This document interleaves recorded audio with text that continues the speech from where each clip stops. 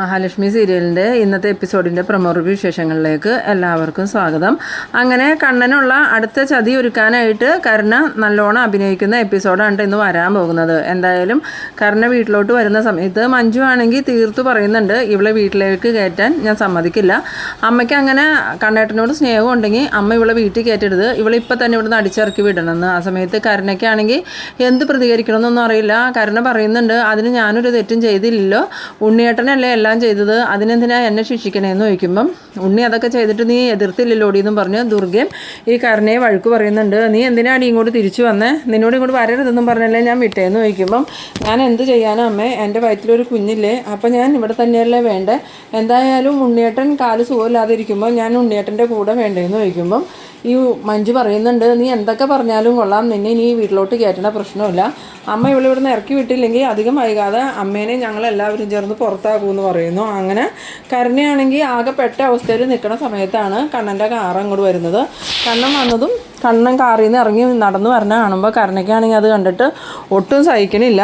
കണ്ണൻ നടന്നു വരുന്ന ആ ഒരു കാഴ്ച കണ്ട് ഇങ്ങനെ ദേഷ്യപ്പെട്ട് നിൽക്കുന്ന സമയത്ത് മഞ്ജു ചോദിക്കുന്നുണ്ട്, എന്താടി നിനക്ക് കണ്ണേട്ടൻ നടന്നു തന്നെ കണ്ടിട്ട് സഹിക്കണില്ല അല്ലേ, നീയും നിൻ്റെ അച്ഛനും മുത്തശ്ശിയൊക്കെ വിചാരിച്ചിരുന്നത് കണ്ണേട്ടൻ എന്നും വീൽ ചെയറിൽ തന്നെ ജീവിക്കുമെന്നല്ലേ, അതല്ലേടി നീയൊക്കെ ആഗ്രഹിച്ചിരുന്നത്, ഇപ്പം എന്തായിടി കണ്ണേട്ടൻ എഴുന്നേറ്റ് നടന്നപ്പം നിൻ്റെ ഭർത്താവില്ലേ ആ ദുഷ്ടൻ, അയാളിപ്പോൾ വീൽ ചെയറിലായില്ലേ, എന്തായാലും അയാൾ എഴുന്നേക്കണത് വരെ നിങ്ങൾക്ക് ഇവിടെ സ്ഥാനം ഉണ്ടാവുള്ളൂ എന്നൊക്കെ ഇങ്ങനെ മഞ്ജു കരുണയോട് പറയണ കേട്ടോണ്ടാണ് കണ്ണൻ അവരുടെ അടുത്തേക്ക് വരുന്നത്.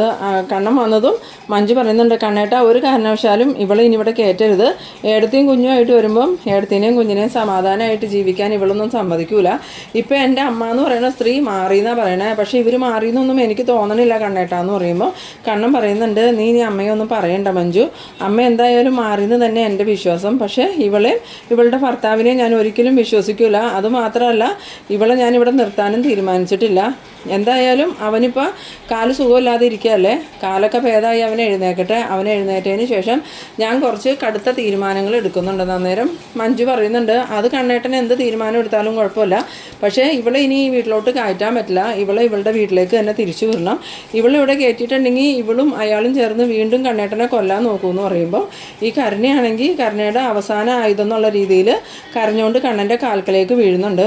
അങ്ങനെ കണ്ണൻ്റെ കാൽക്കൽ വീണിട്ട് കരുണ പറയുന്നുണ്ട്, കണ്ണേട്ട എന്നോട് പൊറുക്കണം, ഞാൻ അറിയാതെ ഒരുപാട് തെറ്റുകൾ ചെയ്തു പോയി, ഇനി എൻ്റെ ഭാഗത്തുനിന്ന് ഒരു തെറ്റും ഉണ്ടാവില്ല, ഞാൻ ഒരുപാട് സഹിച്ച് നിന്നിട്ട് ലക്ഷ്മീനെ ഞാൻ സ്റ്റെപ്പിൽ നിന്ന് തള്ളിയിട്ടത്, അതെൻ്റെ അച്ഛനും മുത്തശ്ശി എന്നെ വളർത്തിയതിൻ്റെ കുഴപ്പം കൊണ്ടാണ്, അതുകൊണ്ടാണ് ഞാൻ ഇങ്ങനെയൊക്കെ ആയിപ്പോയത്, എന്തായാലും ഇനി ഞാൻ നന്നാവാൻ നോക്കാൻ കണ്ണേട്ട, ഇപ്പം ഞാൻ സഹിച്ച് നിൽക്കുന്നത് തന്നെ എൻ്റെ വയറ്റിലുള്ള കുഞ്ഞുള്ളത് കൊണ്ടാണ്, അല്ലെങ്കിൽ ഞാൻ ഉണ്ണിയേട്ടനെ വേണ്ടാന്ന് വെച്ചിട്ട് എൻ്റെ വീട്ടിലേക്ക് പോയേനെ, എൻ്റെ കുഞ്ഞിനൊരു അച്ഛൻ വേണമല്ലോ എന്ന് കരുതിയാൽ ഞാൻ ഇവിടുത്തെ എല്ലാ പീഡനങ്ങളും സഹിക്കണേ, അമ്മയ്ക്കാണെങ്കിൽ ഇപ്പോൾ പഴയതുപോലെ എന്നോട് ഒരു സ്നേഹവും ഇല്ല, ഞാനിപ്പോൾ അമ്മയാവാൻ പോവാന്ന് പറഞ്ഞിട്ടും അമ്മ എനിക്ക് ഇഷ്ടപ്പെട്ടതൊന്നും ഉണ്ടാക്കി തരാറില്ല, എന്നിട്ടും ഞാനതെല്ലാം സഹിച്ചിവിടെ നിൽക്കണില്ലേ, അതുകൊണ്ട് കണ്ണേട്ടൻ എന്നോട് ഒരു പ്രാവശ്യത്തേക്ക് ക്ഷമിക്കണം, ഇനി ഞാൻ ഒരിക്കലും ഒരു തെറ്റും ചെയ്യില്ല എന്നും പറഞ്ഞ് കണ്ണൻ്റെ കാൽക്ക തന്നെ ഇരിക്കുകയാണ്. അന്നേരം കണ്ണൻ പറയുന്നുണ്ട്, നീ എൻ്റെ കാല് പിടിക്കുമൊന്നും വേണ്ട, നീ എഴുന്നേറ്റ്, എനിക്കങ്ങനെ ആരും കാല് പിടിക്കണമെന്നൊന്നുമില്ല, എന്തായാലും നീ നന്നാവൊന്നുമില്ലയെന്ന് എനിക്കും മഹിക്കും എല്ലാവർക്കും ഉറപ്പുള്ള കാര്യമാണ്, പിന്നെ ഞാൻ നിനക്ക് ഒരവസരവും കൂടി തരാം, പക്ഷേ വേറൊരു കാര്യമുണ്ട്, ഉണ്ണി എന്ന് എഴുന്നേറ്റ് നടക്കാറാവണോ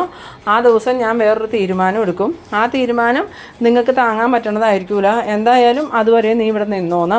അത് കേട്ടതും മഞ്ജുവിനാണെങ്കിൽ ഒട്ടും ഇഷ്ടമാവണില്ല. മഞ്ജു പറയുന്നുണ്ട്, കണ്ണേട്ടൻ എന്താ ഈ പറയണേ, ഇവളെ ഇനിയും ഇവിടെ താമസിപ്പിച്ചിട്ട് എന്തിനാ കണ്ണേട്ടനെ വീണ്ടും കൊല്ലാൻ നോക്കാനാണോ, അതുമാത്രമല്ല കുഞ്ഞിൻ്റെ നൂലുകെട്ട് കഴിഞ്ഞാൽ ഏടത്തെയും കുഞ്ഞും ഇങ്ങോട്ട് വരും, അപ്പോൾ ഏടത്തെയും കുഞ്ഞും കണ്ണേട്ടനും സന്തോഷമായിട്ട് ഇവിടെ ജീവിക്കണ കണ്ടാൽ അത് ഇവൾക്ക് സഹിക്കുമോ, അപ്പോൾ ഇവള് കുഞ്ഞിനെ ഏടത്തിയെ അപായപ്പെടുത്താൻ നോക്കൂട്ടോ കണ്ണേട്ടാന്ന് പറയുമ്പം അത് അപ്പോഴല്ലേ മഞ്ജു, എന്തായാലും മഹി വരുന്നതിന് മുമ്പ് ഞാൻ എല്ലാ കാര്യങ്ങൾക്കും ഒരു തീരുമാനം ഉണ്ടാക്കിയിരിക്കും, പിന്നെ എൻ്റെ കുഞ്ഞിനോ ഭാര്യയ്ക്കോ ഇവിടെ ജീവിക്കാൻ ഒരു തടസ്സവും ഉണ്ടാവില്ല എന്ന്.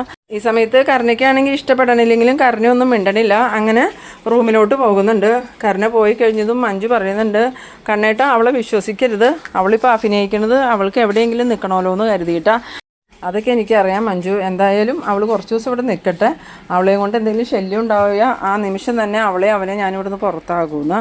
പിന്നീട് കാണിക്കുന്നത് നമ്മളുടെ ഉണ്ണി ഇങ്ങനെ റൂമിൽ ആകെ ദേഷ്യം കയറിയിരിക്കുകയാണ്. മഞ്ജു വന്നിങ്ങനെ ഓരോന്നൊക്കെ പറഞ്ഞിട്ട് പോയത് ഓർത്തിട്ട് അവനക്ക് ഭയങ്കരമായിട്ട് ദേഷ്യം വരുന്നുണ്ട്. ആ സമയത്ത് കരുണ വരുന്നുണ്ട്. കരുണയെ കണ്ടതും നീ പോയിട്ട് എന്താ പോകുന്നത്, നിൻ്റെ മുത്തശ്ശി എന്താ നിന്നെ അവിടെ നിർത്തിയില്ലേന്ന് ചോദിക്കുമ്പം അതെങ്ങനെയാണ് മുത്തശ്ശി പറയണത്, ഞാനൊരു അമ്മയാവാൻ പോവുമല്ലേ, അപ്പം നിങ്ങളുടെ കൂടെ തന്നെ വേണമെന്നും പറഞ്ഞാൽ എന്നെ നിർബന്ധിച്ച് ഇങ്ങോട്ട് പറഞ്ഞു വിട്ടത്, ശരിക്കും എൻ്റെ വയറ്റിൽ ഈ കുഞ്ഞില്ലായിരുന്നെങ്കിൽ ഞാൻ ഒരിക്കലും ഇങ്ങോട്ട് വരൂലായിരുന്നു എന്ന്.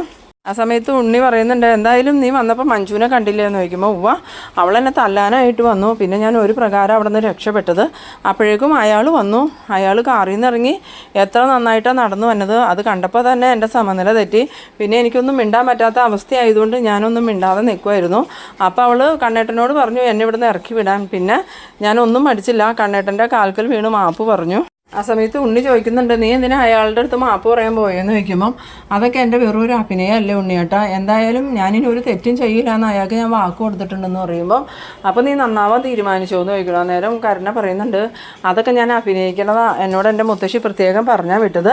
ഇവിടെ ഇപ്പോൾ അമ്മ മാറിയതുപോലെ ഞാനും മാറിയതായിട്ട് അഭിനയിക്കണം, എന്നിട്ടൊരു അവസരം വരുമ്പോൾ പ്രതികാരം ചെയ്യാമെന്നാണ് മുത്തശ്ശി പറഞ്ഞതെന്ന് പറയുമ്പം ഉണ്ണി പറയുന്നുണ്ട്, നിൻ്റെ ആ തീരുമാനം നല്ലതാ, എന്തായാലും നമുക്കായിട്ട് അവസരം വരും, അതുവരെ നീ അഭിനയിച്ച് തന്നെ നിൽക്കണം. അന്നേരം കരുണ പറയുന്നുണ്ട്, എനിക്കിതൊന്നും ഒട്ടും ഇഷ്ടമുള്ള കാര്യമല്ല, പിന്നെ എൻ്റെ ഗതികേട് കൊണ്ടാണ് ഞാനിതൊക്കെ അംഗീകരിച്ച് നിൽക്കുന്നത്, അല്ലെങ്കിൽ ഞാൻ ഒരിക്കലും ഇത് സമ്മതിക്കില്ലായിരുന്നു. എന്തായാലും ഞാൻ വിവാഹം കഴിഞ്ഞതിന് ശേഷം ഇങ്ങനെ നാണം കെട്ട് തുടങ്ങിയെന്ന്.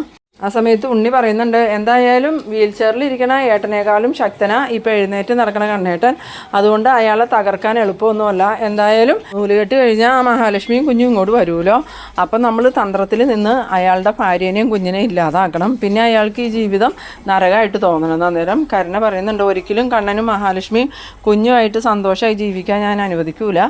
പിന്നെ ഉണ്ണിയേട്ടൻ എഴുന്നേറ്റ് തുടങ്ങിയതിന് ശേഷം കണ്ണേട്ടൻ എന്തൊക്കെയോ കാര്യങ്ങളിൽ തീരുമാനം എടുക്കുമെന്ന് പറഞ്ഞു. ഇനിയിപ്പോൾ ഉണ്ണിയേട്ടന് തരുന്ന സാലറി കട്ട് ചെയ്യാനായിരിക്കും തീരുമാനിച്ചേക്കണേന്ന് പറയുമ്പോൾ ഉണ്ണി പറയുന്നുണ്ട്, എൻ്റെ സാലറി കട്ട് ചെയ്താലും കുഴപ്പമില്ല, അയാളും ആ ലക്ഷ്മിയും കുഞ്ഞും സന്തോഷമായിട്ട് ജീവിക്കാൻ ഞാൻ അനുവദിക്കൂല, ഇനിയും ഞാൻ അവസരങ്ങൾ ഉണ്ടാക്കും അവരെ ഇല്ലാതാക്കാമെന്ന്. പിന്നീട് കാണിക്കുന്നത് അനന്തുവിനെ ലേഹേനെയാണ്. അനന്തു ആണെങ്കിൽ ലേഹയോട് പറയുന്നുണ്ട്, ഇങ്ങനെയാണെങ്കിൽ നമ്മൾ എങ്ങനെ മഹിയെയും കുഞ്ഞിനെയും കമലേശ്വരത്തേക്ക് പറഞ്ഞു വിടും ലേഹയെന്ന് ചോദിക്കുമ്പോൾ ലേഹ പറയുന്നുണ്ട്, എനിക്ക് അങ്ങോട്ട് വിടാൻ ഒരു താല്പര്യമില്ല, എന്തായാലും ഉണ്ണിയും കരുണയും ഒരിക്കലും നന്നാവാൻ പോകണില്ല, കണ്ണേട്ടൻ്റെ രണ്ടാനമ്മ നന്നായതായിട്ട് അഭിനയിക്കണതാണോന്നും നമുക്ക് പറയാൻ പറ്റില്ല, അവരുടെയൊക്കെ സ്വഭാവം വെച്ച് സ്വത്തിനും പണത്തിനും വേണ്ടിയിട്ട് അവരെന്തും ചെയ്യുന്നു. അന്നേരം മഹാലക്ഷ്മി അങ്ങോട്ട് വരുന്നുണ്ട്. മഹാലക്ഷ്മി പറയുന്നുണ്ട്, ഇല്ല ലേഹേ, അമ്മ ശരിക്കും മാറിയതായിട്ട് തന്നെ എനിക്ക് തോന്നണേ, പക്ഷേ എൻ്റെ അനുജത്തിയും കണ്ണേട്ടൻ്റെ അനിയനും ഒരിക്കലും മാറില്ല, അവളെ ഞാൻ ചെറുതിലേ മുതൽ കാണുന്നതല്ലേ, ചെറുപ്പകാലത്തൊക്കെ അവളൊന്ന് വീണാൽ തന്നെ അവളെന്നെ തല്ലി കരയിപ്പിക്കുമായിരുന്നു, എൻ്റെ കരച്ചിൽ കാണുമ്പോഴായിരുന്നു അവൾക്കതൊരു സമാധാനം കിട്ടണേ, അവളുടെ വേദനയല്ലായിരുന്നു അവൾക്ക് പ്രശ്നം, ഞാൻ വേദനിക്കണം എന്നുള്ളതായിരുന്നു. എന്തായാലും അവളുടെ അച്ഛനും മുത്തശ്ശിയും എപ്പോഴും അവൾക്ക് സപ്പോർട്ടായിട്ട് നിൽക്കുന്നുണ്ടായിരുന്നു. അവൾക്കൊരു പനി വന്നാലും അതിൻ്റെ ദുഃഖം അനുഭവിക്കുന്നതും വേദന അനുഭവിക്കുന്നതും ഞാനായിരുന്നു.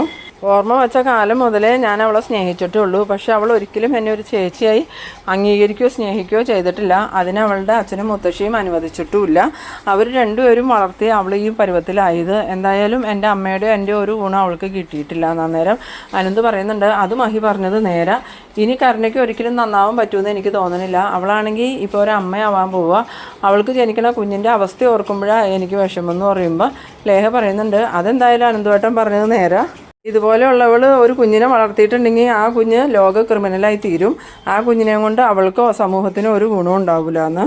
പിന്നീട് കാണിക്കുന്നത് നമ്മളുടെ മഞ്ജുവിനെയും കണ്ണനെയാണ്. കണ്ണനോട് മഞ്ജു പറയുന്നുണ്ട്, എന്നാലും കണ്ണേട്ടൻ എന്തിനാ വീണ്ടും വീണ്ടും ഇവരോടൊക്കെ ക്ഷമിക്കണത്, ഇപ്പോൾ തന്നെ കണ്ടില്ലേ, അന്നേരം മാർക്കോ വന്നില്ലായിരുന്നെങ്കിൽ കണ്ണേട്ടൻ ഇപ്പോൾ ജീവനോടെ ഉണ്ടാവുമായിരുന്നു, എന്നിട്ടും കണ്ണേട്ടൻ എന്തിനാ അവളെ വീട്ടിൽ കയറാൻ സമ്മതിച്ചതെന്ന് ചോദിക്കുമ്പം അത് തൽക്കാലം അവളിവിടെ നിൽക്കട്ടെ മഞ്ജു, എന്തായാലും അവനിപ്പോൾ വീൽ ചെയറിലല്ലേ നടക്കുകയുള്ളൂ, അവൻ എഴുന്നേറ്റ് നടന്നു തുടങ്ങിയാൽ ഞാൻ കടുത്ത തീരുമാനങ്ങൾ എടുക്കുന്നുണ്ട്, ആ തീരുമാനങ്ങൾ അവനക്ക് താങ്ങാൻ പറ്റുമെന്ന് എനിക്ക് തോന്നണില്ല, എന്തായാലും ഇനി ഞാൻ ആരെയും വെറുതെ വിടാനൊന്നും തീരുമാനിച്ചിട്ടില്ല എന്ന്.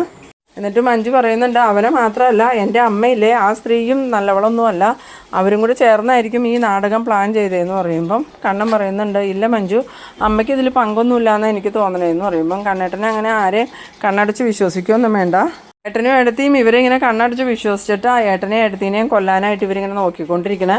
എന്തായാലും കുഞ്ഞിനെയും കൊണ്ട് ഇവിടെ വന്നു കഴിയുമ്പോൾ നിങ്ങൾക്ക് സമാധാനമായിട്ട് ജീവിക്കണം എന്നുണ്ടെങ്കിൽ എൻ്റെ അമ്മേനെയും ആങ്ങളേനെയും നാത്തൂനെയും ഒക്കെ ഇവിടുന്ന് കണ്ണേട്ടം പുറത്താക്കണമെന്ന്.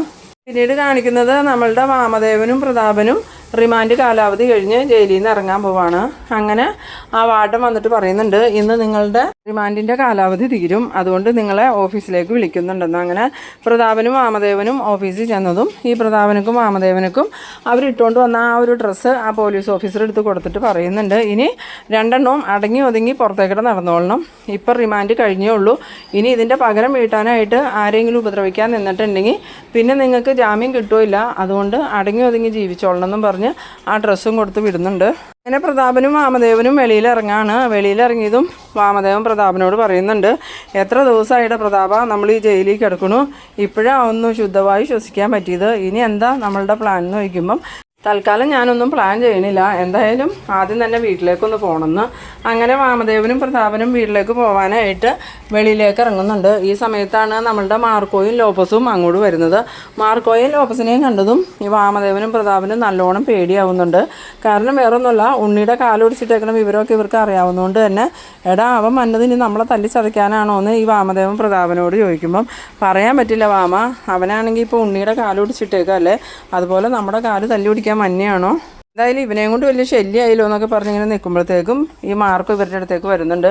എന്നിട്ട് മാർക്കോ വന്നിട്ട് പറയുന്നുണ്ട്, ജയിൽ ജീവിതമൊക്കെ എങ്ങനെയുണ്ടായിരുന്നു പ്രതാപ എന്ന് ചോദിക്കുമ്പോൾ കുഴപ്പമില്ലായിരുന്നു മാർക്കോ എന്ന് പറയണു. ഇനിയിപ്പോൾ എന്തായാലും അധികം വൈകാതെ തന്നെ അടുത്ത ജയിൽവാസം ഉണ്ടാവും എന്ന് പറയുമ്പം പ്രതാപൻ പറയുന്നുണ്ട്, അതെന്തിനാ മാർക്കോ എന്ന് ചോദിക്കുമ്പം അതിനിപ്പോൾ കണ്ണൻ സാറിനെ കൊല്ലാനായിട്ട് നിങ്ങൾ വീണ്ടും നോക്കൂലോ, അപ്പോൾ എന്തായാലും വീണ്ടും നിങ്ങളെ ജയിലിലേക്ക് തന്നെ ഞങ്ങൾ പറഞ്ഞു വിടുമെന്ന് പറയുമ്പോൾ ഈ വാമദേവൻ പറയുന്നുണ്ട്, ഇല്ല മാർക്കോ, ഇനി ഞങ്ങൾ അതിനൊന്നും ശ്രമിക്കൂല എന്ന് പറയുമ്പം താൻ മിണ്ടരുത്, താനല്ലേ ഇപ്പോൾ ഉണ്ണീനെ ആ പരമന് പരിചയപ്പെടുത്തി കൊടുത്തിട്ട് കണ്ണൻ സാറിനെ കൊല്ലാനായിട്ട് AC-യിലേക്ക് വിഷവാതകം നിറച്ചത്, അതിന് തൻ്റെ അനന്തരവനുള്ളത് ഞാൻ കൊടുത്തിട്ടുണ്ട്, ഇനിയിപ്പോൾ തനിക്കുള്ളതും കൂടി തന്നെ അതിന് വേണ്ടിയാണ് താൻ ഇറങ്ങണതും കാത്ത് ഞങ്ങളിവിടെ നിന്നേന്ന്. ആ സമയത്ത് വാമദേവൻ പറയുന്നുണ്ട്, വേണ്ട മാർക്കോ, എന്നെ ഒന്നും ചെയ്യരുത്, അവനക്ക് ബുദ്ധിയില്ലാതെ അവൻ എന്തെങ്കിലും ചെയ്തതിന് നിങ്ങളെന്തിനാ എന്നെ പറയണേന്ന് ചോദിക്കുമ്പോൾ അവനക്ക് ബുദ്ധിയില്ലാതെ ചെയ്തതിന് അവനക്ക് ബുദ്ധി വയ്ക്കാനുള്ള പണി ഞാൻ അവനക്ക് ചെയ്തിട്ടുണ്ട്, എന്തായാലും തൽക്കാലം ഞാൻ അവൻ്റെ ഒരു കാലം എടുത്തിട്ടുള്ളൂ, ഇനിയും അവൻ ഇതുപോലെ ബുദ്ധിയില്ലാണ്ട് എന്തെങ്കിലും ചെയ്താൽ അവൻ്റെ 2 കാലും 2 കൈയും ഞാൻ എടുക്കുമെന്ന്. സമയത്ത് ശരിക്കും വാമദേവനും പ്രതാപനും നല്ല പേടിയാവുന്നുണ്ട്. എന്നിട്ട് പ്രതാപൻ പറയുന്നുണ്ട്, ഇല്ല മാർക്കോ, ഇനി ഞങ്ങളുടെ ഭാഗത്തു നിന്ന് ഒരു കുഴപ്പം ഉണ്ടാവില്ല എന്ന് പറയുമ്പം ഇനി നിങ്ങളുടെ ഭാഗത്തു നിന്ന് എന്തെങ്കിലും ഒരു കുഴപ്പം ഉണ്ടായിട്ടുണ്ടെങ്കിൽ ഇപ്പോൾ ആ മേഘം കിടക്കണില്ലേ ആ രീതിയിൽ നിങ്ങളും കിടക്കും, ആ കാര്യത്തിലൊരു സംശയവും വേണ്ട. കണ്ണൻ സാറും മഹാലക്ഷ്മി ഞങ്ങൾക്ക് അത്രയ്ക്കും പ്രിയപ്പെട്ടവരാ, അവരെ ഇനി ഏതെങ്കിലും രീതിയിൽ നിങ്ങൾ ഉപദ്രവിക്കാൻ ശ്രമിച്ചു എന്ന് അറിഞ്ഞാൽ പിന്നെ നിങ്ങളൊന്നും ജീവനോടെ ഉണ്ടാവില്ല എന്ന്. ആ സമയത്ത് വാമദേവനാണെങ്കിൽ, ഇല്ല മോനെ മാർക്കോ, നീ എന്താ ഇങ്ങനെ പറയണേ, ഞങ്ങളിനി ആരും ഉപദ്രവിക്കാൻ പോവില്ല എന്ന് പറഞ്ഞതും ഈ മാർക്കോയാണെങ്കിൽ വാമദേവൻ്റെ നെഞ്ചു നോക്കി ഒരു ചവിട്ട് കൊടുക്കുന്നുണ്ട്. അങ്ങനെ വാമദേവൻ മറിഞ്ഞു വീണതും മാർക്കോ ചെന്ന് വാമദേവനെ പിടിച്ചെഴുന്നേൽപ്പിച്ചിട്ട് 2 ചെകിടിലും മാറി മാറി അടിച്ചിട്ട് പറയുന്നുണ്ട്, ഇല്ല താൻ ഒരിക്കലും നന്നാവില്ല എന്നൊക്കെ എനിക്കറിയാം, എന്തായാലും ഈ പ്രാവശ്യത്തേക്ക് തന്നെ ഞാൻ വെറുതെ വിടുക, ഇനി ഒരിക്കൽ കൂടി കണ്ണൻ സാറിൻ്റെയും മഹാലക്ഷ്മിയുടെയും ജീവിതത്തിലേക്ക് താനൊക്കെ ഇടിച്ച് കയറിയിട്ടുണ്ടെങ്കിൽ തന്നെ ഒന്നും ഞാൻ ജീവനോടെ വെച്ചേക്കൂല എന്നും പറഞ്ഞ് മാർക്കോ ഇങ്ങനെ വാമദേവനെ പിടിച്ച് തള്ളുന്ന ആ ഒരു സീനിലാണ് ഈ എപ്പിസോഡ് അവസാനിക്കുന്നത്. എന്തായാലും വാമദേവനും പ്രതാപനൊന്നും ഒരിക്കലും നന്നാവാൻ പോണില്ല, ഇനിയും അവർ കണ്ണനെയും മഹാലക്ഷ്മിയെയും കൊല്ലാനുള്ള പ്ലാനിങ്ങിന് ഒരുക്കിക്കൊണ്ടിരിക്കും. നമ്മളുടെ കരുണയാണെങ്കിൽ നന്നായി എന്ന് അഭിനയിച്ചുകൊണ്ടിരിക്കുകയാണ്, പക്ഷേ കരുണയ്ക്ക് ഒരിക്കലും നന്നാവാൻ പറ്റില്ല എന്നുള്ളത് മഹാലക്ഷ്മിക്കൊക്കെ അറിയാം. എന്നാലും അവസരം കിട്ടുമ്പോൾ മഹാലക്ഷ്മിയും കുഞ്ഞിനെ ഇല്ലാതാക്കണം എന്നുള്ള ചിന്തയോടുകൂടി തന്നെയാണ് കരുണയെ നിൽക്കണേ. അപ്പോൾ നിങ്ങൾ എൻ്റെ വീഡിയോ ആദ്യമായിട്ടൊക്കെ കാണുന്നവരാണെങ്കിൽ ചാനലൊന്ന് സബ്സ്ക്രൈബ് ചെയ്യാനും എൻ്റെ വീഡിയോ നിങ്ങൾക്ക് ഇഷ്ടമായാൽ ലൈക്ക് ചെയ്യാനും ഷെയർ ചെയ്യാനും മറക്കരുത്. അപ്പോൾ ഇതുപോലെ ഇൻട്രസ്റ്റിംഗ് ആയിട്ടുള്ള അടുത്തൊരു എപ്പിസോഡുമായി നമുക്ക് വീണ്ടും കാണാം. അതുവരേക്കും ബൈ ബൈ.